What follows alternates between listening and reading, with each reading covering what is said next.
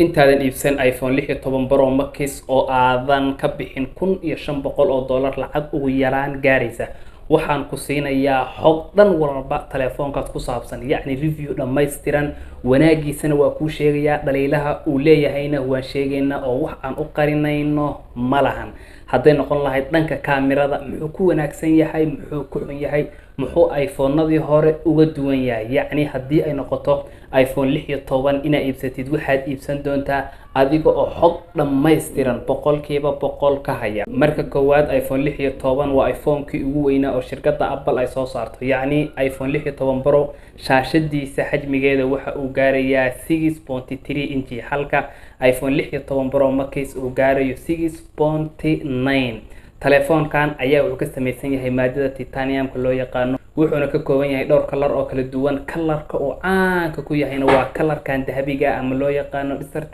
Titanium iPhone 16 ayaa ka process wanaagsan kana xawaaro badan dhammaan iPhone-nadii ka horeeyay taasina waxaa keenaysa in chipkii ama processorkii A17 ay ka soo guurtay shirkadda Apple haddana ay u soo guurtay A18 Pro taas oo wax badan ka saacidaysa in artificial intelligence-ga oo iPhone 14 si weyn u sanadkan xooga u saaray ballaarinaysa hawlihiisa iPhone 16 wuxuu ku yimid 4 storage ama 4 maskaxood waa 128GB 256GB 512GB iyo 1TB kaamirada iPhone 16 arinta inta badan iPhone-iska dadku u qaataan waa kaamirada telefoonkan aan kor istaagno kaamirada koowaad ee telefoonkan waa 48 megapixel halka kaamiradiisa labaadna ay tahay 12 megapixel waxayna wadataa lenska loo yaqaanay telephoto taas oo inta badan ka saacidaysa zoomka yacni zoomka shayga markii aad u soo dhaweysid ma la rabo in uu quality lumo marka quality-gaas ayay ku ilaalinaysaa arinta zoomta iyadana gadaal ayaan uga hadli doonaa kaamirada kale ee iPhone-ku ay sida weyn u soo horumariyeen oo waxa weeye ammaanta weyn ay ku mudan yihiin waa